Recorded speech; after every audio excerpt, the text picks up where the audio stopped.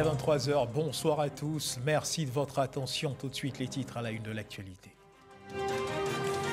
Les résultats globaux et définitifs du 5e recensement général de la population de l'habitat de Côte d'Ivoire, le RGPH 2021, ont été mis à disposition des hommes de médias par la ministre du Plan du Développement, Nialé Kaba. Les détails sur les résultats clés de cette opération et des précisions sur la méthodologie employée leur ont été communiquées. Hier samedi, un avion de la compagnie Air Côte d'Ivoire a effectué un atterrissage d'urgence à l'aéroport Félix Houphouët-Boigny d'Abidjan en raison d'un dysfonctionnement de son train d'atterrissage. Fort heureusement, aucun dommage corporel enregistré. Ahmed Koné, le ministre des Transports, s'est rendu sur les lieux pour s'imprégner des motifs de ce dysfonctionnement. L'heure était hier à la fête pour la communauté musulmane qui a célébré la fête de la Tabaski ou l'Aïd el-Kébir, moment de grande solidarité et de partage. Nos équipes de reportage se sont invitées dans certaines familles. Le reportage à suivre dans cette édition. Voilà pour l'essentiel. Bonsoir à tous et merci de nous suivre. Les résultats globaux définitifs du 5e recensement général de la population de l'habitat de Côte d'Ivoire, le RGPH 2021, ont été mis à disposition de la presse par le ministre du Plan du Développement, Nialé Kaba. Les détails sur les résultats clés de cette opération et des précisions sur la méthodologie employée pour cette opération ont été livrés aux acteurs des médias. C'était au cours d'une conférence de presse qui s'est tenue à l'immeuble Siam, au plateau. Jean-Louis Bongo nous en parle. 29 389 150 habitants, la population globale de la Côte d'Ivoire à ce jour. Le chiffre était connu depuis le dernier Conseil des ministres. La ministre du Plan et du Développement a voulu, au cours de cette conférence de presse, donner plus de détails sur l'opération et surtout sur ses résultats. Le nombre total de ménages ordinaires est de 5 616 487, soit une taille moyenne de 5,2 personnes par ménage. La densité de la population s'établit à 91,1 habitants au kilomètre carré au plan national, contre 48 habitants au kilomètre carré en 1998. Si la population de la Côte d'Ivoire a augmenté de 2,9% en 1998 et 2021, on note que le taux de croissance globale, lui, est en constante baisse. Au regard des taux observés entre 1975 et 1988, 3,8%, et 1988 et 1998, 3,3%, on note que le rythme de croissance de la population ivoirienne est en constante baisse selon les différents recensements. Comme autre résultat clé de ces recensements, on note que les populations de sexe masculin sont plus nombreuses en Côte d'Ivoire. 15 344 990 contre 14 44 160 femmes. 75% de la population a moins de 35 ans. Le pays compte 6 435 835 étrangers, soit 22% de la population. En 1998, on en comptait 26%. Pour les partenaires de l'opération, le recensement de la population 2021 a été un véritable succès. Le recensement de la population 2021 de la Côte d'Ivoire, pour de nombreux experts, est un exemple à suivre dans les pays de la région à plusieurs égards et j'aimerais citer. La très bonne qualité technologique des tablettes utilisées, la maîtrise du contexte par le gouvernement avec la vaccination des agents recenseurs, la qualité de la formation, l'excellente maîtrise technique et les performances enregistrées dans la collecte. 2 activités majeures restent à réaliser pour finaliser l'opération. Il s'agit de l'analyse, la publication et la diffusion des résultats, ainsi que l'anonymisation et l'archivage des données jusqu'à mi-2024. Et puis deuxième titre de cette édition, nous le disions à l'instant dans les titres, hier samedi 9 juillet 2022, un avion de la compagnie Air Côte d'Ivoire en provenance de Corgo et Boaké a effectué un atterrissage d'urgence à l'aéroport Félix Houphouët-Boigny d'Abidjan en raison d'un dysfonctionnement de son train d'atterrissage. Avant, grâce au professionnalisme des pilotes, aucun dommage corporel n'a été enregistré au sein des passagers et du personnel navigant à bord. Ahmed Koné, le ministre des Transports, s'est rendu sur les lieux pour s'imprégner des motifs de ce dysfonctionnement. Et puis autre fait de l'actualité qui s'est tenu aujourd'hui, dimanche 10 juillet, un incendie s'est déclenché au 2e étage de la tour E, au plateau, aux alentours de 15h10. Cet incendie a touché 2 bureaux de la direction des grandes entreprises, une direction sous la tutelle de la direction générale des impôts. Cette direction se charge de mobiliser la recette des impôts. Informé, le directeur général s'est rendu sur les lieux pour voir l'ampleur des dégâts. Aucune perte en vie humaine, mais d'énormes dégâts matériels enregistrés. Les sapeurs-pompiers ont pu circonscrire le feu et la police criminelle travaille pour identifier la cause à l'incendie.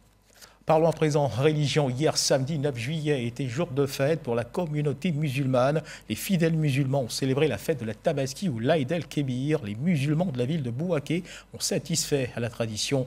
Occasion pour l'imam central d'inviter la population à travailler dans le sens de préserver les acquis d'une paix durable. Le ministre des Transports, Amadou Koné, a pris part à la prière. Kader Sokotogo. Mosquée principale de Bouaké, sise au quartier d'Ougouba.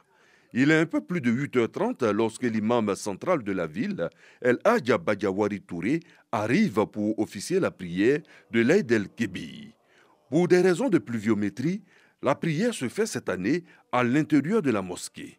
Les 2 rakats consacrés achevés va suivre l'immolation du mouton, signe de soumission à Dieu.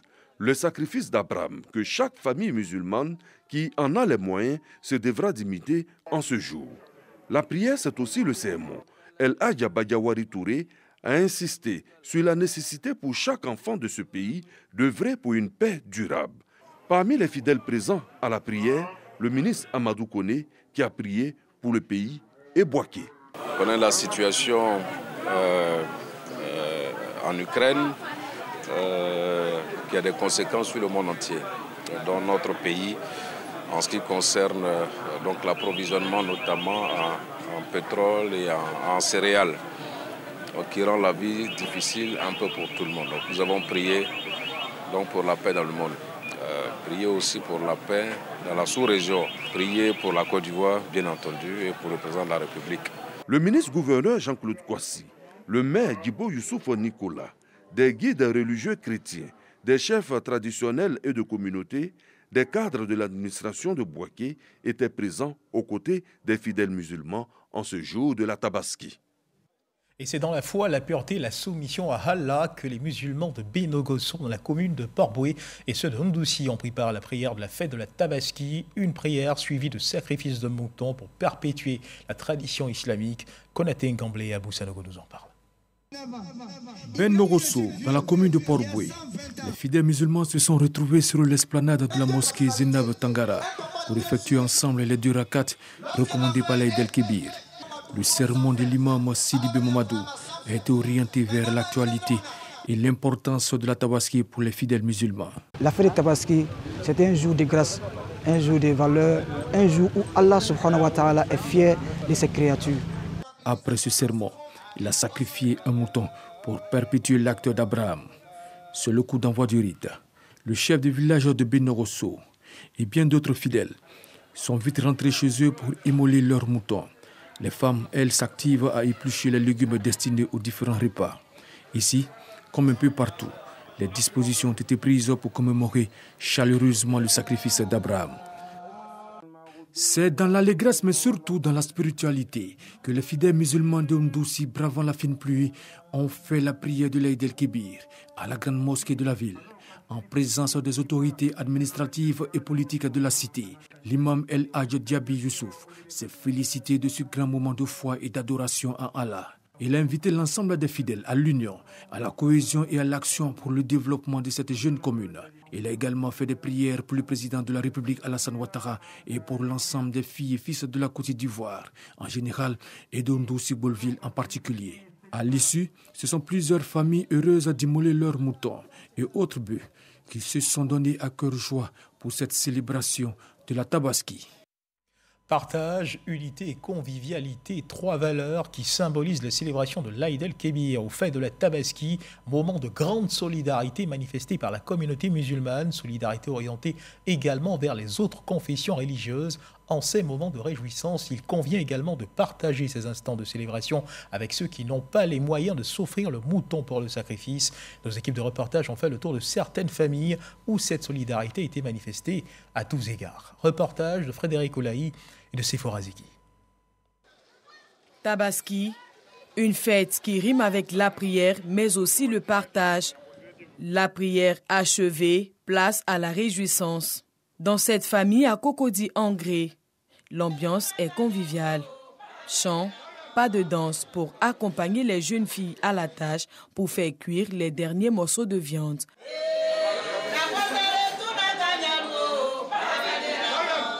Nous sommes là pour la fête avec les musulmans et puis les chrétiens.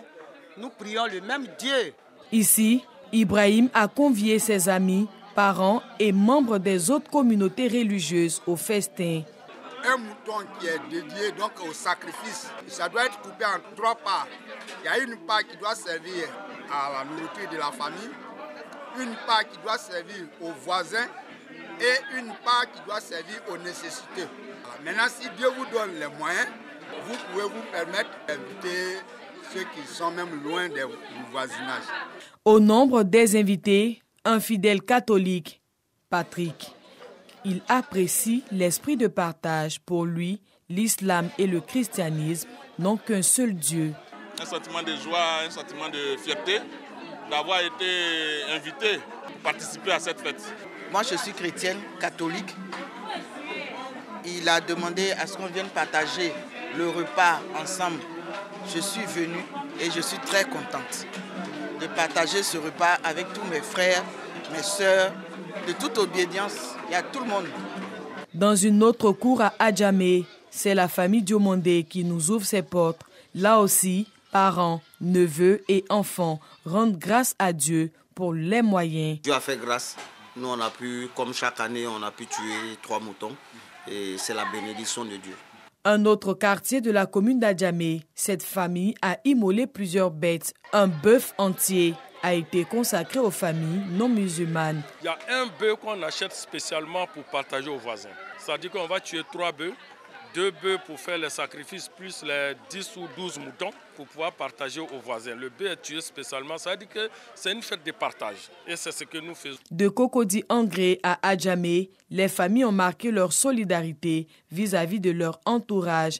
Il s'agit de renforcer les liens de fraternité entre les membres des communautés musulmanes ainsi que les autres confessions religieuses. Ils ont émis les vœux de santé en faveur des populations et la paix pour la Côte d'Ivoire. Voilà, un reportage signé Frédéric Oulaï et Sephora Zegui, direction Fès, au Royaume du Maroc, où un colloque scientifique international s'est tenu récemment, un colloque initié par la Fondation Mohamed VI des oulémas africains. Ce colloque des oulémas africains a porté sur le discours des oulémas sur les constantes religieuses marocaines. Par Gasso Reconnaît, Azawatara. www.atawabit.ma. C'est le site web des constantes religieuses marocaines. La nature, les onglets et les fenêtres du site présentés aux oulémas africains de la Fondation Mohamed VI. C'était à Fès, au Maroc, à l'occasion du colloque scientifique international autour de la problématique, le discours des oulémas sur les constantes religieuses marocaines. La création de ce site, une aubaine pour promouvoir les vraies valeurs de l'islam, la paix, la solidarité, la fraternité et l'amour, mais surtout promouvoir l'islam malékite du soufisme, un islam traditionnel du juste milieu et modéré basé sur la tolérance. C'est un site, disons, qui est dédié à éclairer les gens sur les fondamentaux qui font tout simplement notre religion. On a besoin d'expliciter plus ces fondamentaux et pour que ça ne reste pas des idées vagues, suspendues, sans qu'elles ne soient comprises dans leur substance essentielle. L'ensemble des guides religieux se réjouissent de la création de ce site.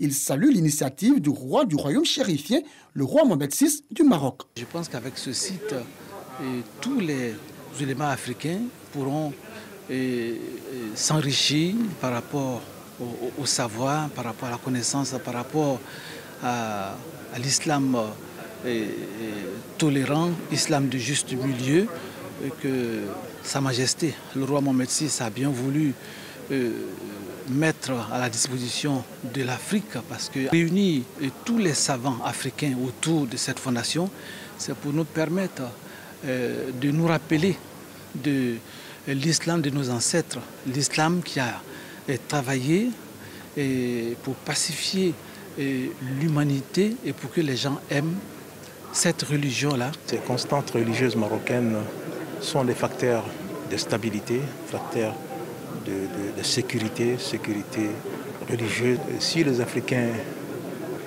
vraiment ont profité de ces constantes-là, ça pourrait quand même nous donner de stabilité, de tranquillité, de sécurité dans nos pays. Cette conférence scientifique sur les constantes religieuses marocaines a été meublée par ateliers, débats, prières et bénédictions pour le roi Mohamed VI, commandant des croyants, mais aussi pour la paix et la cohésion en Afrique. Un dîner offert par la Fondation Mohamed VI des ulémas africains à son siège a mis fin à cette rencontre de portée spirituelle. Voilà, reportage de Parga se reconnaît, Inza Traoré. Des prières ont été également formulées pour que règne la paix en Côte d'Ivoire par les fidèles de l'église Ambassade de Miracle. Ils se sont réunis au Palais de la Culture de Treichville pour un grand moment de louange, d'adoration et de prière. C'est ce que nous rapporte Éric Corré. Une marée humaine blanche à la salle Anoumambo, en plein cœur du Palais de la Culture de Treichville. Ces fidèles chrétiens vêtus de blanc symbolisent leur présence de cette façon. Ils aspirent à une paix durable en Côte d'Ivoire, un vœu très cher à leurs yeux. C'est pourquoi ils sont venus ici pour adorer le Seigneur.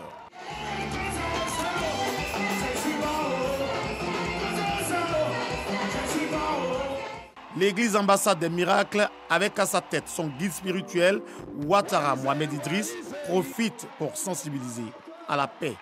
La paix est une denrée importante de laquelle toutes les nations doivent se nourrir pour amorcer un développement à tous les niveaux. Et nous nous inscrivons en tant qu'hommes de Dieu dans la logique de la prière pour que le pays soit en paix. Cette grande prière pour la paix en Côte d'Ivoire a vu la participation du chef de cabinet du président de la République. Des prières pour la paix, on ne peut qu'être présent et accompagner toute cette œuvre-là. Il est préférable que nous avancions ensemble dans le bonheur par la force des prières que des personnalités comme le bishop font pour la Côte d'Ivoire. Un orchestre a égayé le public avec des chansons chrétiennes très connues dans le milieu du christianisme. Voilà, et on change de registre cette fois pour parler du programme Filets sociaux productifs, qui est une initiative du gouvernement qui consiste en l'octroi sur 3 ans d'allocations trimestrielles d'un montant de 36 000 francs CFA aux ménages vulnérables concernés. Quel est l'objectif de ce programme? Combien de ménages sont visés? Quel bilan depuis sa mise en œuvre? Et quelles perspectives? Ce 13h, Hamza Diaby s'est entretenu sur ces différentes questions avec la ministre de la Solidarité et de la lutte contre la pauvreté, Miss Belmonte Dogo, invitée du Dimanche Magazine, assure un extrait de leur entretien. Les filets sociaux, comme l'a dit le reportage, c'est 36 000 francs chaque 3 mois, sur 3 ans. Mais on n'a pas que le transfert monétaire. Les filets sociaux sont accompagnés par des mesures qui permettent aux bénéficiaires de recevoir des formations en activité génératrice de revenus, formation sur le budget familial, formation en compétences de vie et des formations pour les AVEC. Après 5 ans, le bilan est positif. Pour nous, le bilan est positif après 5 ans. Qu'est-ce qui a été fait? C'est 227 000 ménages bénéficiaires sur toute l'étendue du territoire. C'est vrai que le programme en lui-même, il est plus adressé pour les ménages les plus vulnérables. Mais en Côte d'Ivoire, le président a bien voulu que ce programme-là s'étende sur toutes les régions. Donc, sur toutes les 31 régions en Côte d'Ivoire, nous avons le programme des filets sociaux, 227 000 ménages. Nous avons, selon l'enquête d'évaluation de l'INCA, nous avons 78% des bénéficiaires sortis de la précarité. Nous avons 7 enfants sur 10 qui ont des extraits des naissances parce que le programme adresse aussi la question de la formation et la sensibilisation à la vaccination et à l'extrait des naissances. Le président de la République a voulu que ce projet-là soit dans la durée. Pour qu'il soit dans la durée, il fallait que nous passions le cap de projet à programme. Aujourd'hui, c'est un programme. La différence est que dans le projet, nous avions que les transferts monétaires et les mesures d'accompagnement et la mise en place des fondements du régime social unique. Dans le programme, nous aurons l'opérationnalisation du régime social unique qui va nous permettre un meilleur ciblage des populations vulnérables. Ce ne sera plus adressé aux communautés, mais ce ciblage nous permettra d'identifier les ménages vulnérables. Ensuite, nous avons le renforcement de la synergie d'action de tous les programmes sociaux en Côte d'Ivoire. Et le dernier, c'est le mécanisme opérationnel pour la réponse au choc. La direction à présent l'Allemagne. En mission de travail dans ce pays, le président du CCEC, le Conseil économique, social, environnemental et culturel, le docteur Eugène Akaouli, où il a eu des rencontres d'échange avec la Chambre de commerce allemande et des hommes d'affaires allemands et français dans le cadre de la RDCI. Ces rencontres ont permis et surtout porté sur les échanges d'expertise, la formation et le financement des projets au profit des femmes et des jeunes. Le récit d'Abou Sanogo. Les échanges entre le président du Conseil économique, social, environnemental et culturel, Eugène Akaouli, sa délégation et les parlementaires allemands conduits par le docteur Diaby Karamba ont porté sur 6 points. Le renforcement de la gouvernance et le capital humain, le renforcement de la veille stratégique et le dialogue social, le développement durable, le développement local et le renforcement de la coopération entre la Côte d'Ivoire et l'Allemagne. À l'issue des échanges, le docteur Eugène Akaouli s'est dit heureux du début de cette collaboration. Nous sommes dans notre dynamique donc de renforcer, de consolider la coopération qui existe déjà entre les différentes institutions. Et notre souci, c'est de pouvoir échanger de bonnes pratiques, échanger des expériences. Et nous savons que l'Allemagne, en matière d'expérience, peut nous proposer, que ce soit dans le domaine parlementaire ou dans le domaine de la décentralisation, de la régionalisation, toutes choses qui sont aujourd'hui l'actualité encore. Les parlementaires allemands en charge de l'Afrique de l'Ouest attendaient que ces propositions soient pour un meilleur partage d'expériences. Nous avons l'espoir de renforcer cette coopération entre l'Allemagne et la Côte d'Ivoire et vraiment nous sommes très très contents de recevoir une délégation ivoirienne aujourd'hui ici dans le Parlement. Rappelons qu'une délégation de parlementaires allemands en charge de l'Afrique de l'Ouest visitera l'un des pays de l'Afrique de l'Ouest les semaines à venir. Et les chances que ce soit la Côte d'Ivoire sont très élevées. Mais le choix se fera par vote des députés allemands. Et ici en Côte d'Ivoire, Sylvia Da Silva Anoma, nouvelle sénatrice officiellement nommée par le chef de l'État Alassane Ouattara, a été officiellement présentée au Sénat de Côte d'Ivoire, reçue par le président du Sénat Ahoussou Kouadio-Diano et par les sénateurs. Elle a été félicitée pour la confiance qui lui a été témoignée par le chef de l'État avant d'être instruite sur les missions et les perspectives de l'institution. Reportage. Depuis le rappel à Dieu du sénateur Charles Providence Gomis, un poste de sénateur est resté vacant. Nommée récemment sénatrice par le chef de l'État Alassane Ouattara, Sylvia Da Silva Anoma, professeure titulaire de médecine, est officiellement reçue par ses pairs du Sénat par le président de l'institution, Ahoussou Kouadio-Diano. Madame la sénatrice, je voudrais vous traduire au nom de l'ensemble des sénateurs et à mon nom propre mes chaleureuses félicitations. Vous rejoignez ce jour la grande famille du Sénat de la République de Côte d'Ivoire afin d'assurer l'exercice de votre mandat qui est national. En votre qualité de sénatrice, vous serez appelée à apporter votre savoir-faire, votre savoir-être et votre contribution à l'édification de la nation ivoirienne. Je ne doute point que vous saurez intégrer sans difficulté cette assemblée pour y apporter votre contribution que nous attendons avec impatience. Moment de grande émotion pour la nouvelle sénatrice qui, pour l'occasion, était accompagnée de ses proches. Et je voudrais vraiment, sincèrement, remercier le président du Sénat pour l'accueil et surtout remercier le président de la République, M. Alassane Ouattara, pour m'avoir nommé à ce poste. C'est une très très grande responsabilité et j'espère que je pourrai œuvrer à des projets qui vont aider donc les Ivoiriens. Sur instruction du président du Sénat, Ahoussou Kouadio-Diano, et conformément au principe d'accompagnement des sénateurs dans leur mission, les services administratifs du Sénat veilleront à lui accorder un encadrement adéquat dans les organes qu'elle intégrera afin de lui permettre d'être opérationnelle dans les plus brefs délais. À suivre à présent l'évolution de la Covid-19 en Côte d'Ivoire.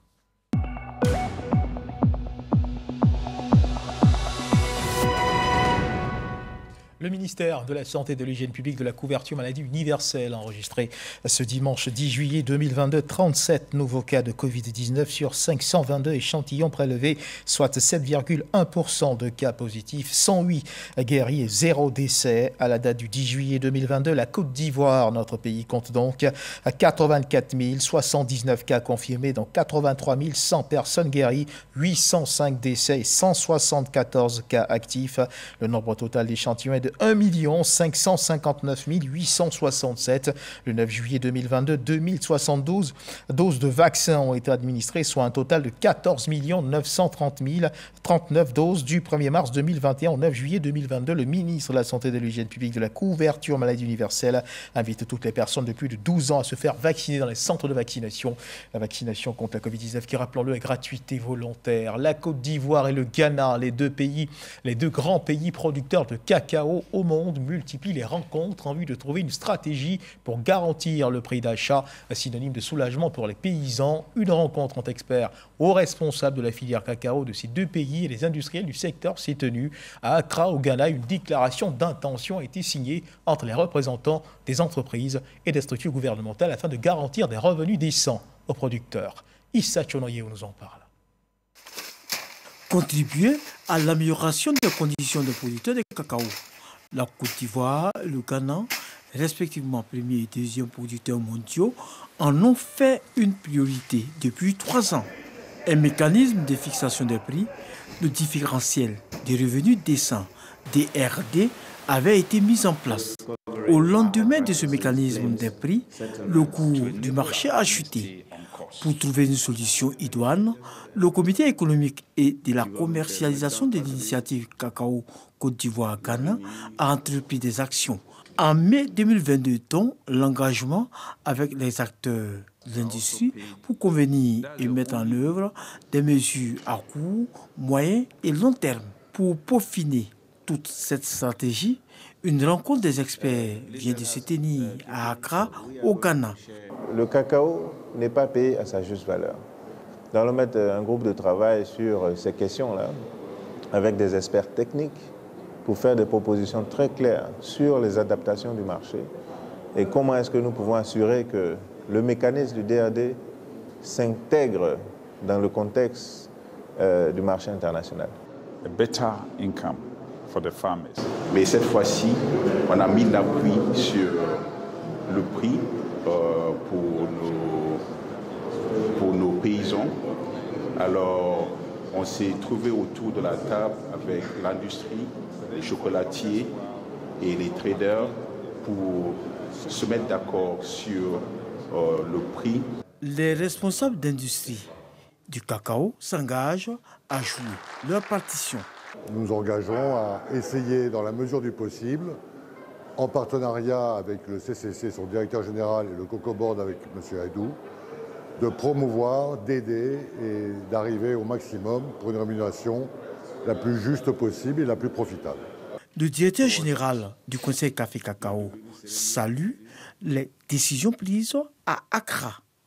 Dans le pacte économique, il y a un engagement fort pour faire en sorte que le différentiel qui rémunère chaque pays ne soit plus négatif. Il y a également un engagement fort pour faire en sorte que les planteurs pour lesquels nous nous sommes engagés à donner au moins 60 à 70% du prix du marché, que ce défi soit toujours relevé. Au terme de cette rencontre interghanéenne, les experts fondent leur espoir sur cette déclaration d'intention d'Accra pour offrir des conditions de vie décentes aux producteurs de cacao de ces deux pays. Et à suivre à présent le 7 sur 7, le résumé de ce qui a fait la une sur le plan de l'actualité internationale cette semaine avec Alexis Vodraoko.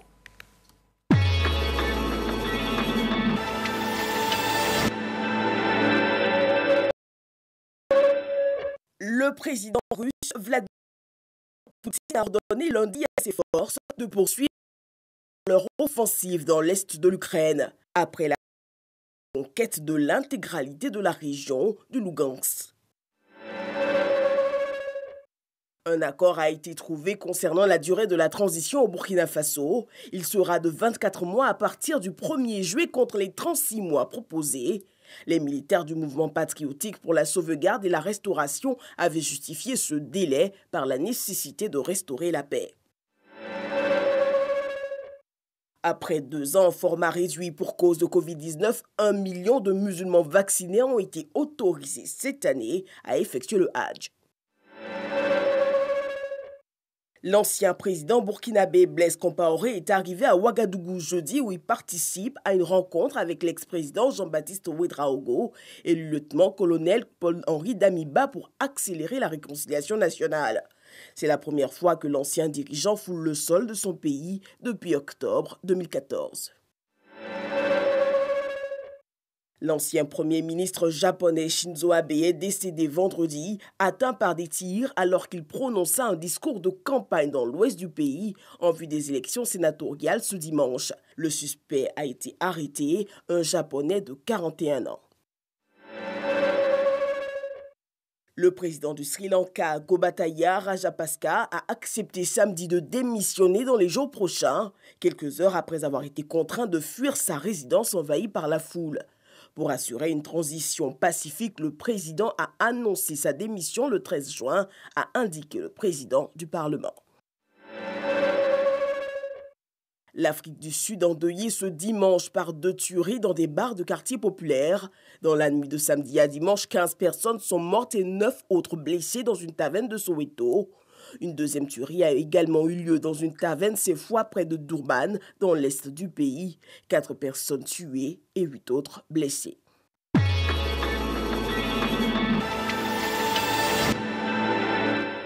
C'est la fin de cette édition. Merci de nous avoir suivis. Agréable la fin de soirée. Dieu garde la Côte d'Ivoire.